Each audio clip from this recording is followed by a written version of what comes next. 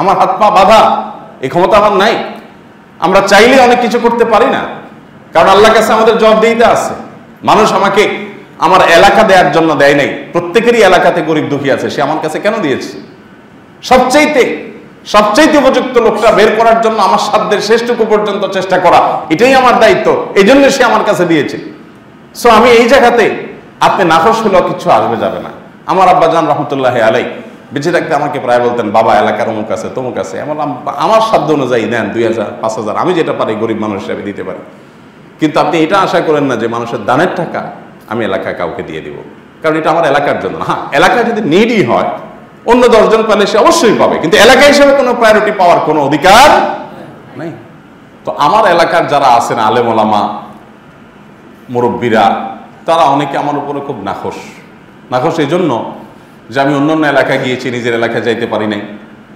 আবার আমার এলাকাতেও বন্যা হয়েছে, কিন্তু সেই হিসাবে তাদের এক্সপেকটেশন অনুযায়ী ত্রাণ যায় নাই। ভাবখানা এমন যে আমি গেলে সবাই আমাকে ধরবে, তো সবাই ধরার আগে আমি নিজেই ধরা দিলাম। গত রাত্রে এসার সময় তাদের সবাইকে ডেকে চায়ের দাওয়াত দিয়ে বসলাম।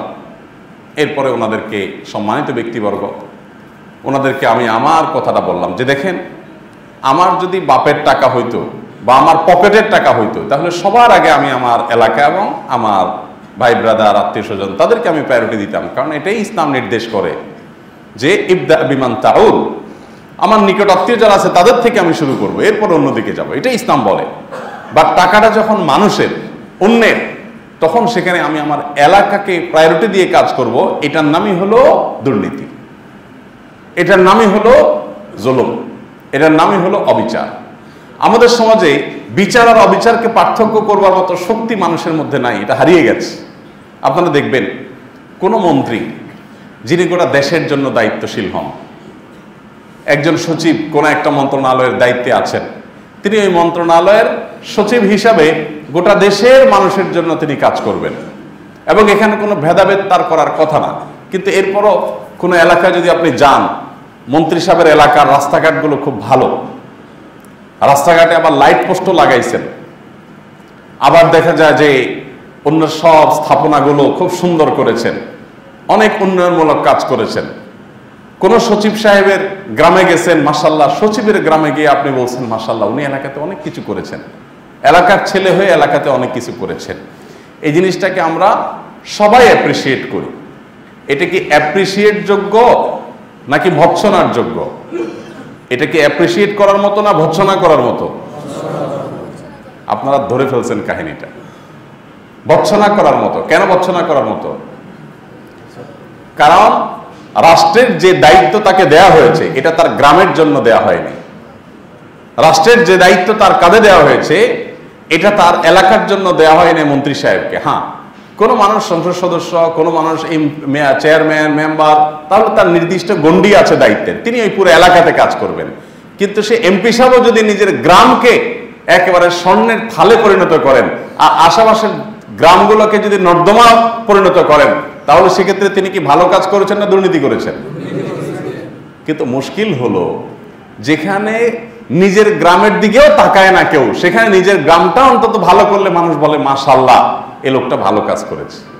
ব্যাপারটা এরকম যে ঘুষ খেয়েও কাজ করে না, এখন ঘুষ খেয়ে যে কাজ করে তাকে সবাই বলে লোকটার ঈমান আছে। লোকটার কি আছে? ঈমান আছে, লোকটার মধ্যে আল্লাহর ভয় আছে, মুত্তাকি মানুষ। কারণ জবান ঠিক রাখে, সে ঘুষ খাইছে, কাজটা করে দিছে। কারণ সমাজে যখন আশেপাশে ঘুষ খাইয়াও ফাঁকিবাজি করে, ঘুরায়, কাজ করে না, তখন যে ঘুষ খেয়ে কাজ করে, তখন মানুষ মনে করে এই লোকটা কি সৎ।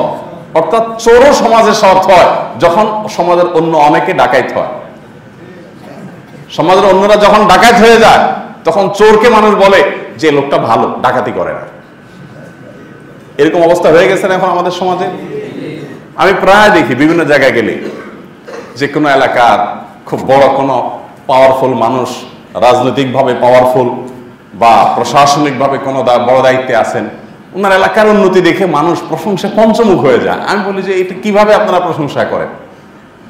ট্যাক্স দেয় সারা দেশের মানুষ, ভ্যাট দেয় সারা দেশের মানুষ, সারা দেশে মানুষের ট্যাক্সের টাকায় উনি ওনার এলাকাকে উন্নত করলেন, বাকি এলাকাগুলোকে সেভাবে উন্নত করলেন না। উনি তো স্বজনপ্রীতি করলেন, এলাকাপ্রীতি করলেন, তিনি তো দুর্নীতিবাজ। তিনি আপনার কাছে সৎ হয় কিভাবে?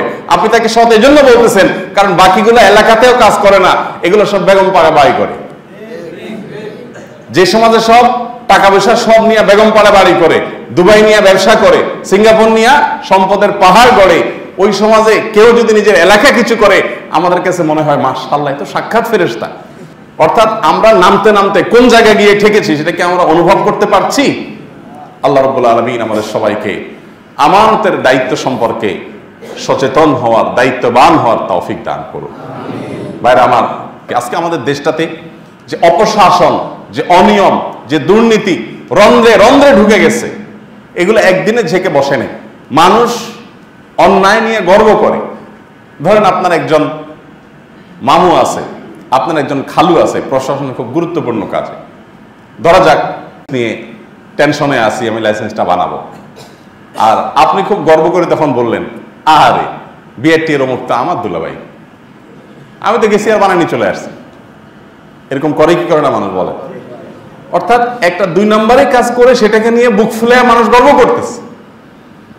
আপনার দুলাভাই হোক আর আপনার শ্যালক সম্বন্ধী হোক, তাতে আপনার জন্য তো স্পেশাল কোনো সার্ভিস দেওয়ার রাইট তার নাই। অন্য 10 জনকে যে সার্ভিস দিবে আপনাকেও সেই সার্ভিস দিবে, কিন্তু সেটা কি হয় না? গর্ব করে আমরা বলি আরে অমুক তো আমার এটা, তমুক তো আমার এটা, মানে আমার তো কোনো ব্যাপার না।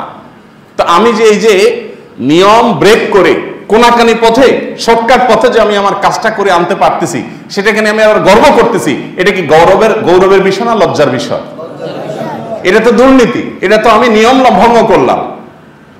এখন আপনারা বলবেন যে আপনি কি এটা করেন না? আমিও করি, তবে আমার করাটা হয় বেশিরভাগ ক্ষেত্রে আমি চেষ্টা করি বাঁচার জন্য।